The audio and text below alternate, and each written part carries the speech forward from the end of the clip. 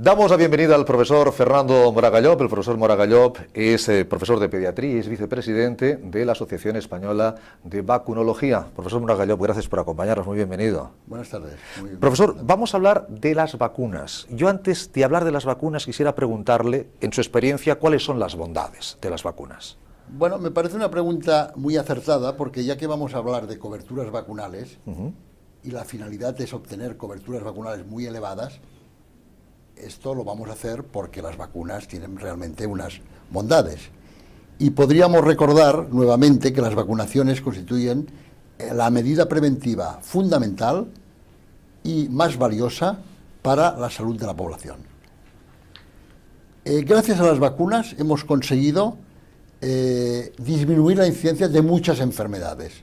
Y eso supone disminuir pues, el sufrimiento, discapacidades, secuelas e incluso la muerte.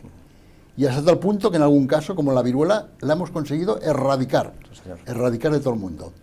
Y la disminución de la incidencia de las enfermedades la podemos hacer extensible a otras enfermedades como pueden ser la difteria, el tétanos, la tosferina, el sarampión, la rubeola, la parotiditis, la enfermedad invasora por Haemophilus influenzae y por meningococo C.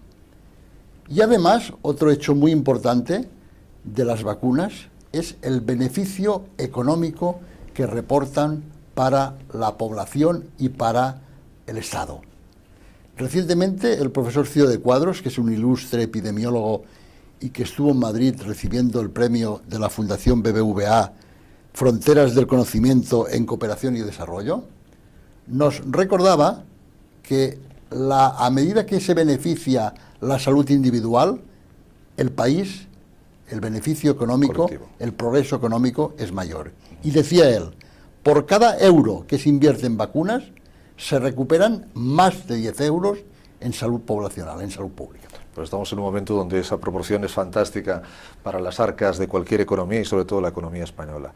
Cuando hablamos de vacunas, profesor, todo el mundo habla del calendario vacunal. Todos los que hemos sido padres, somos padres y todos los que ahora son papás de niños pequeños en edad vacunal, aunque todos estamos en edad de vacunación, como aquí hemos hablado en otras entrevistas, nos preguntamos cuáles son las vacunas que están incluidas dentro de ese calendario vacunal que tienen ustedes, profesor.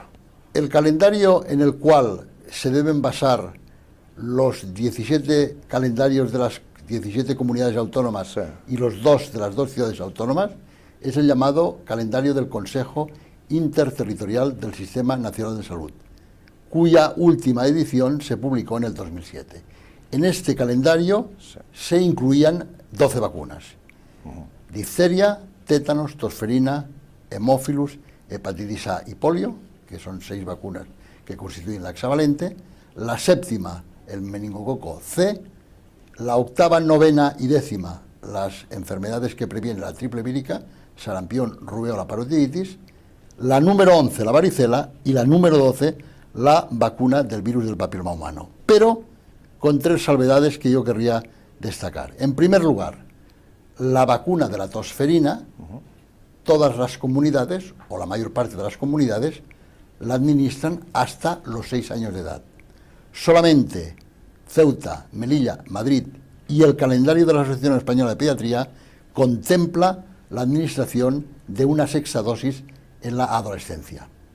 En segundo lugar, la varicela está en el calendario de las comunidades autónomas, pero está a los 10, en la franja de edad entre los 10 y 14 años, cuando el 90% de la población ya la ha tenido. Sin embargo, hay 4 comunidades autónomas, Ceuta, Melilla, Madrid y Navarra, al igual que el calendario de la EP, que la contempla en el 2.º año de vida, que es cuando tiene su máximo valor preventivo.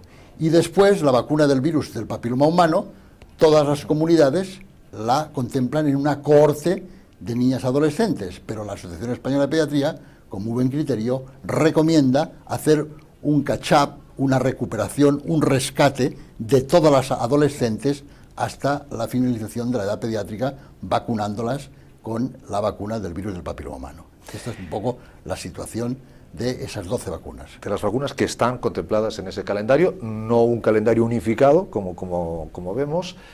Luego hay más vacunas, evidentemente, y esa es la siguiente pregunta, profesor Moragallo. ¿Cuáles son las vacunas no incluidas en el calendario vacunal? Las vacunas que no están incluidas en el calendario vacunal, pero que están incluidos en algunas comunidades autónomas o en el calendario de la EP, son las siguientes. En primer lugar, la vacuna del neumococo, incluida hasta hace poco en la Comunidad de Madrid y actualmente únicamente, al menos según las últimas informaciones, solamente en la Comunidad de Galicia. En segundo lugar, y recomendada por la Asociación Española de Pediatría. En segundo lugar está la vacuna del rotavirus, que solo la recomienda la Asociación Española de Pediatría y no la contempla en ningún calendario oficial. Y en tercer lugar está la vacuna de la hepatitis A, que la contemplan las ciudades autónomas de Ceuta y Melilla y la Comunidad de Cataluña en un plan piloto que está haciendo de vacunación de hepatitis A y más hepatitis B. Esta sería la situación de las tres vacunas que no están incluidas en el calendario oficial. Y si vamos por diferentes extractos de edades, profesor, ¿qué cobertura se dispone en las diferentes edades desde el nacimiento hasta la adolescencia? Bueno, quizás en primer lugar convendría fijar el concepto de cobertura vacunal, que es muy sencillo. La cobertura vacunal es un número, un porcentaje, que nos dice en un momento determinado qué parte de la población de una edad concreta ha recibido tal vacuna. Por ejemplo, si decimos que los niños de un año, la cobertura vacunal de la vacuna antimeningocócica C en los niños de un año es del 96%, queremos decir que todos los niños de menores de un año han recibido las 2 dosis de esa vacuna.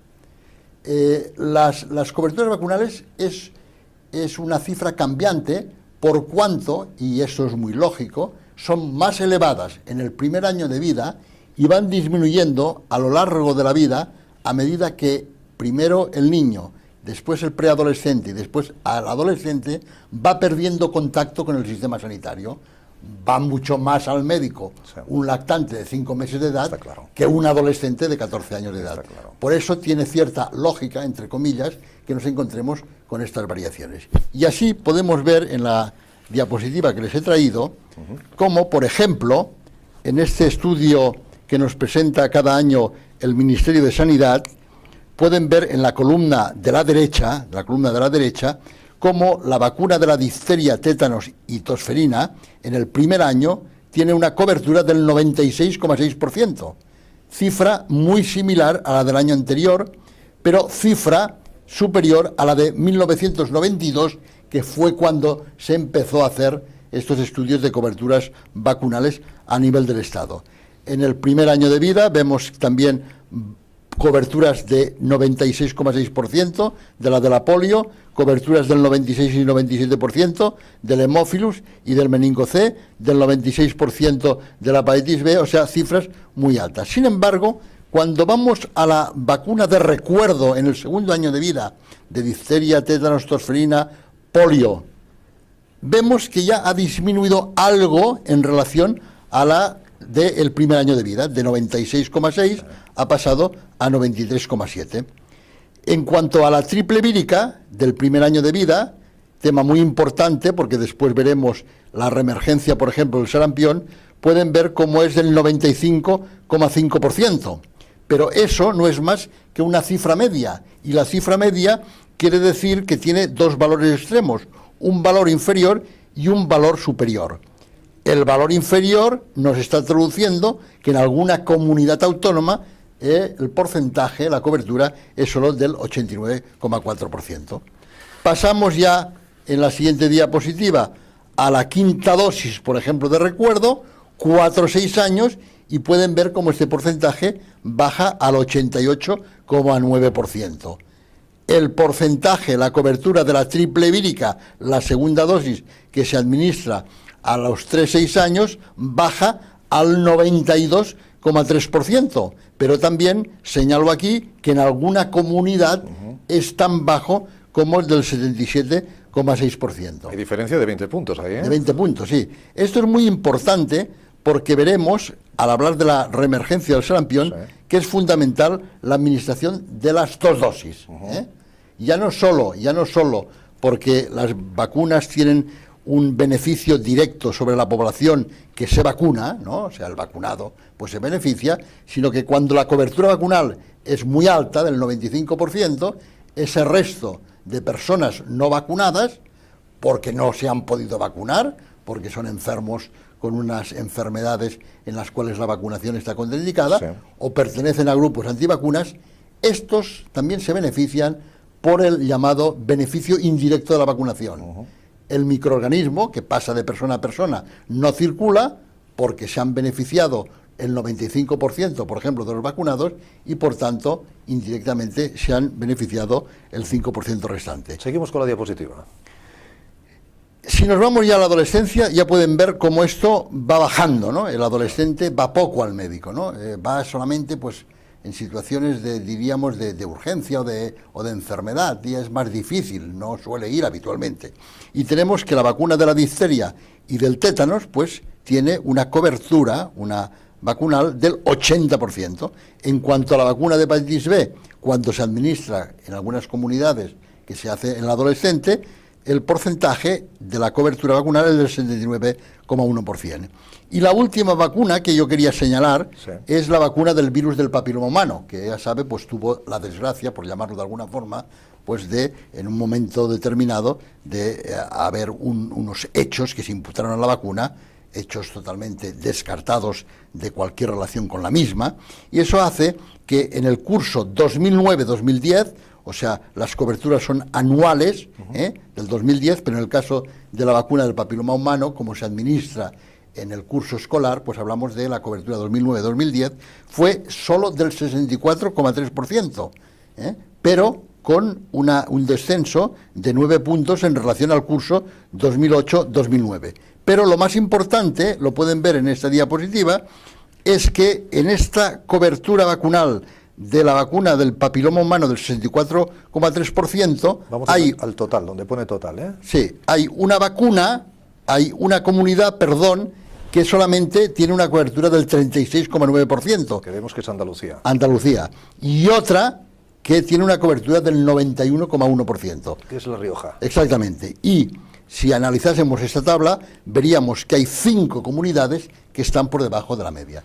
Esta sería un poco la situación de la vacuna, de las coberturas vacunales en las vacunas de calendario. Claro, si yo ahora le pregunto, viendo estas 3 diapositivas y además con los comentarios que nos acaba de ilustrar el profesor Moraga Llop, si existen coberturas, existe diversidad, vivas en una comunidad autónoma o en otra, claramente sí. La pregunta ahora es, ¿eso es bueno? No. ¿Qué dice el experto? ¿Habría que unificar? Y es igual que estés en Ceuta y Melilla, que las ha nombrado varias veces, y además positivamente, que en Galicia, que en Cataluña, que en Madrid, que en Navarra. Es evidente, y eso lo indica ya el sentido común, que habría que existir un calendario vacunal unificado, único para todo el Estado. Primero, por un principio de equidad vacunal, ¿no? Sí. Todos los niños, nazcan donde nazcan, en el territorio español tienen que tener las mismas posibilidades. Y después, para que no hayan errores, ¿no? Errores que se pueden producir en un momento determinado cuando un niño, pues, que vive en la comunidad X se traslada a la comunidad Y. Claro. Porque a veces ya no es un problema solamente de las vacunas, sino del momento de las vacunas, ¿no? Hay la vacuna del meningococo, pues, que se administra en unas comunidades a los 2-4 meses y en otras a los 2-6 meses, ¿no? Pues podría darse el caso que un niño viajase de una comunidad a los 5 meses ya vacunado a los 4 meses, llegase a una de los 6 meses, el médico no estuviese muy al tanto o no le presentase en el carnet vacunal y recibiese una dosis de más. No pasaría nada, pero es una dosis innecesaria. Que se pierde de alguna manera. Estamos finalizando. Habrán oído al profesor Moraga Llop hablar, mientras veíamos las diapositivas, de reemergencia, es decir, de haber bajado pero haber vuelto a subir la incidencia de esa patología. Por ejemplo, el caso del sarampión. ¿En qué países vuelve a rebrotar cuando era ya una enfermedad que se podría decir erradicada, que no existía? Pues dramáticamente, a pesar de las bondades que hemos citado al principio, han reemergido ciertas enfermedades como la que usted muy bien pregunta del sarampión. Y además ha reemergido en la Europa, ¿no? En países, por ejemplo, Latinoamérica tiene un plan de erradicación, de eliminación del sarampión, que ha permitido, pues, que no haya sarampión, ¿no? Y más bien seamos, diríamos, los europeos, cuando se trasladan a Latinoamérica, que puedan transmitir el sarampión. Si vemos en la diapositiva que les he traído, la incidencia de sarampión en Europa, yo diría yo que es alarmante. Es alarmante porque en el año 2011, ¿no?, datos todavía provisionales, se han producido más de 30.000 casos, ¿no? Estos 30.000 casos han conllevado, pues, 8 muertos, 27 niños con encefalitis, 1.500 niños con neumonías, ¿no? Problema muy grave. Y vean, por ejemplo, la alta tasa de casos que ha habido en Francia, más de 15.000 casos. En España, 1986, pero cuando se han cerrado los datos, a 30 de junio de este año, ¿no?, que nos han llegado los informes, pues se han declarado más de 3.000 casos de sarampión en España. Por tanto, y esto lo podemos ver en la siguiente diapositiva, es un problema muy grave porque solamente el 15% de los que cogieron sarampión estaban vacunados. Y el 11,1%, o sea, casi todos los no vacunados, lo estaban con una dosis, que está claramente demostrado que para ser inmune hay que haber recibido las dos dosis. Solamente un 3% habían recibido las 2 dosis. Esto es lo que se refiere al sarampión. Pero hay otra, la tosferina, por ejemplo, sí, que también es una patología emergente. Sí, en la tosferina el problema ya es más complejo, porque yo diría que no podemos achacarlo solo a un descenso de la cobertura vacunal, que este es poco porque es una vacuna que se administra en los primeros años de la vida. El problema es que no se administra la vacuna en la adolescencia, como le decía yo al principio, ni en la edad adulta. Esto hace que si juntamos este hecho de una estrategia vacunal no adecuada con el hecho de que la efectividad de la vacuna de la tosferina oscila alrededor de un 80% y que la inmunidad se pierde con el tiempo, o sea que cualquier persona a los 4, 6, 8, 10, 12 años de haber sido vacunado pasa a ser susceptible, justifica estos brotes que se han producido de forma importantísima, por ejemplo, en Estados Unidos. En estos momentos en Washington hay un brote que ha afectado casi a 3.000 personas, 2.500 personas, ¿no? En Australia el año pasado 40.000 personas. Y en nuestro país, pues en Cataluña, en todas las comunidades, en Canarias, comentaban el otro día unos compañeros, ¿no?, hay verdaderos brotes de tosferina, enfermedad que, por tanto, en contra de lo que piensa mucha gente, pues existe todavía y que puede ser muy grave cuando esta tosferina afecta a un lactante menor de 2 meses de edad. Sí, que habla el profesor, habla del primer mundo, Estados Unidos, Australia, España, Francia, hablaba hace un momento. Terminamos con la terna: sarampión, tosferina, poliomielitis. Poliomielitis, sí, otra enfermedad reemergente. La poliomielitis también es una que cree que ya había acabado, ¿no? Sí, la poliomielitis es una enfermedad que estamos luchando, que se está luchando para conseguir que sea la segunda enfermedad erradicada, ¿no? Y hace unos años tendría que haber sido erradicada, pero todavía seguimos con el problema de la poliomielitis, ¿no?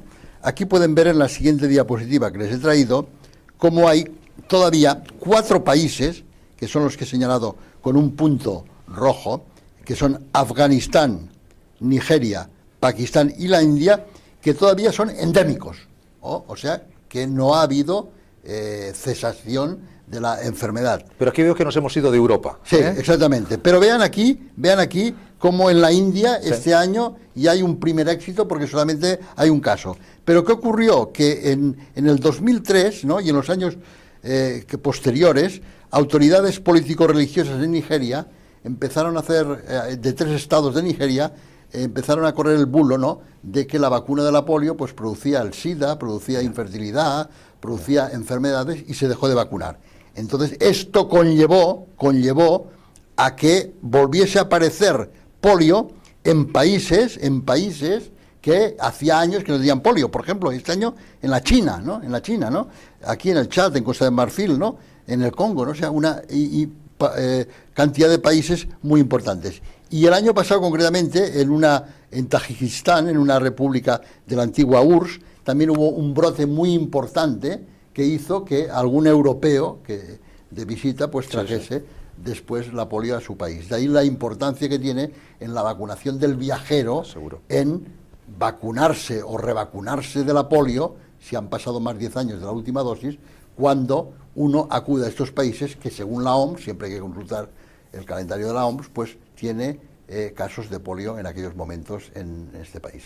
Pues han visto y han oído los riesgos de la no vacunación y las bondades, como decíamos al principio, de la misma.